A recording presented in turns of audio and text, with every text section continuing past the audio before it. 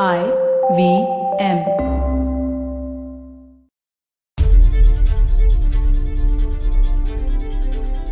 Four letters. UPSC.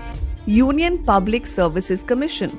The UPSC was constituted in 1950, and that was a moment for the modern Indian state and her citizens who are filled with an optimism of hope, of equality, of justice.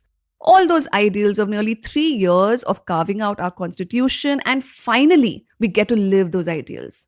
Now, the Union Public Service Commission is not just 4 words, it's a dream. It's years of hard work. Because being in the IS is not just any profession, it is status, public service, and public recognition.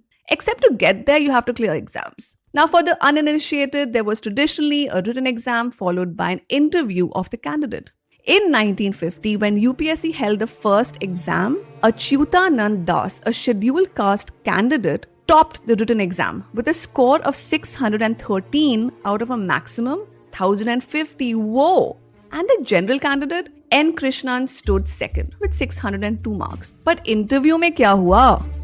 Welcome to the show, The Longest Constitution. And in the second season, we are looking at work. What is work? What's counted as work and what isn't? How do we get to work? By which I don't mean auto, bus or Uber, but does everyone have equal access to employment? Public employment, private employment? And is there a fundamental right to work? Now, Article 16 of our Constitution grants us a fundamental right of equality of opportunity. Avsar, mauka, chance boss, chance. Chance sabko milega, but anjam kya pata? This episode's focus is a bit on the historical background, and we will be going back and forth and building up to look at the present challenges, conflicts, and negotiations between people and groups of people. And we will look at how caste, religion, disability, religion, and gender are often invisible barriers to work. So let's get started. Now, in the last episode, we looked at the same exam, different name though, PSC in 1948, and that the first woman to crack the exam was C.B. Muthama. But she was told many years later that she was given lower marks in the interview by her interviewer. So she's given lower marks, not promoted, and she had to sign a sheet of paper which said that she would take the government's permission to marry because she was a woman. And hey, Article 15 assures us a right against discrimination on the grounds of religion, race, caste, sex, or place of birth. And with that, we get back to Achyutanand Das, who had scored the highest marks in the written exam. But when the results were declared, Achyutanand was ranked 44th. And a general candidate, Anirudh Das Gupta, who had ranked lowest in the written test, scored the highest in the interview. And P. Krishnan ranked first in the batch of 1950.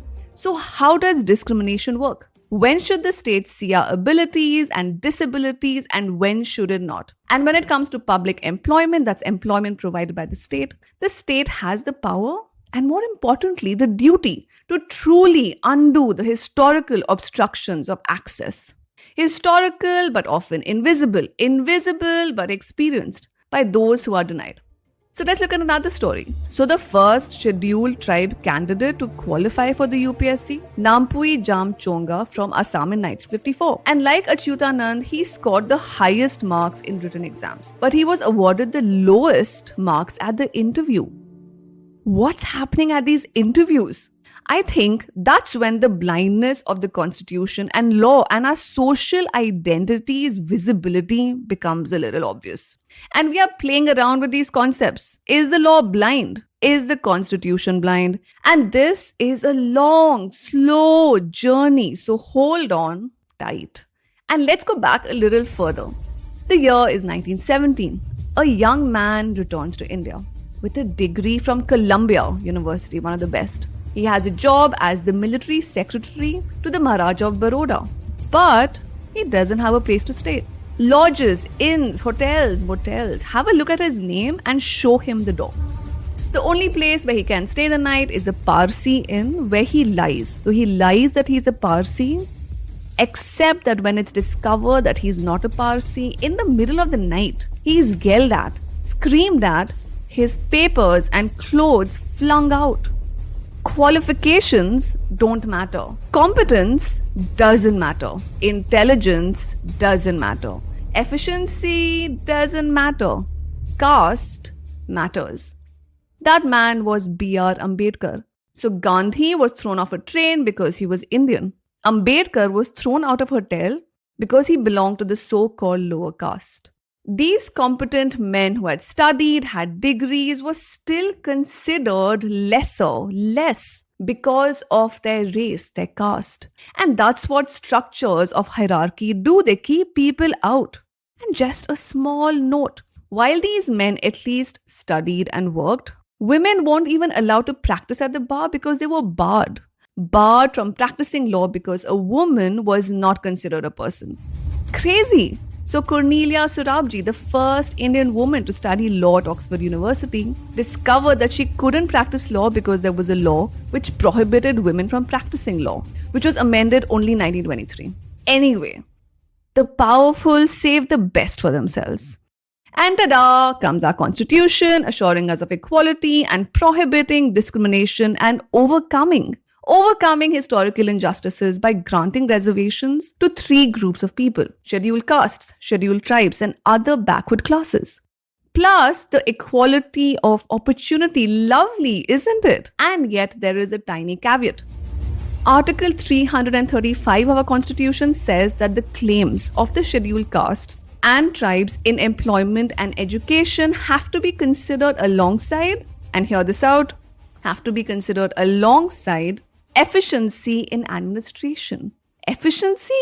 Now, this idea of efficiency of administration was actually first used by the British to exclude Indians from becoming part of the ICS. So, apart from horse riding and learning Greek classics, the British kept Indians out of administrating India on the grounds that Indians were inefficient. And as you will see later in the coming up episodes, efficiency is that mysterious word used to deny reservations because of that little directive under Article 335. Sorry, have you fallen asleep? Wake up!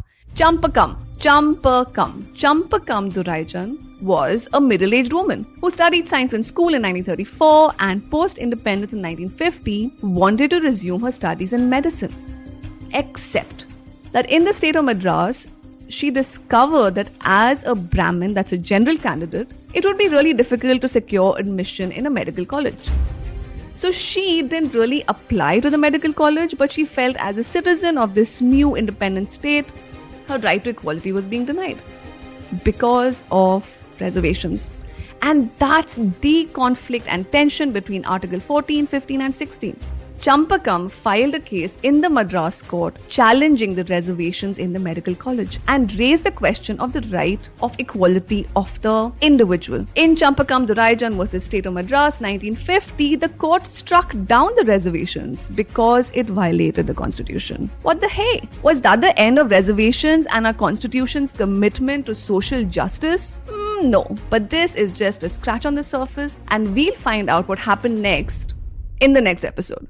As we wrap up this episode, I'm leaving you with what happens when institutions remain blind to our caste. So in 2004, in the Uttar Pradesh PSC, the state government decided not to reveal any details of the social background of candidates at the interview board. And the result?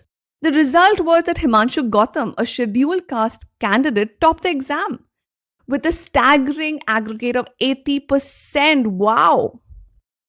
In the next episode of The Longest Constitution, we will continue looking at the workplace, getting to work, hostile colleagues, hostile bosses, and why reservations matter but are not enough. And what do work, fraternity, and dignity really mean? What are the fine and invisible textures of humiliation? Till then, this is me, Priya Mirza, signing out. Did you like this show? Spread the word. काम मत समझो, बस करके देखो, अच्छा लगता है.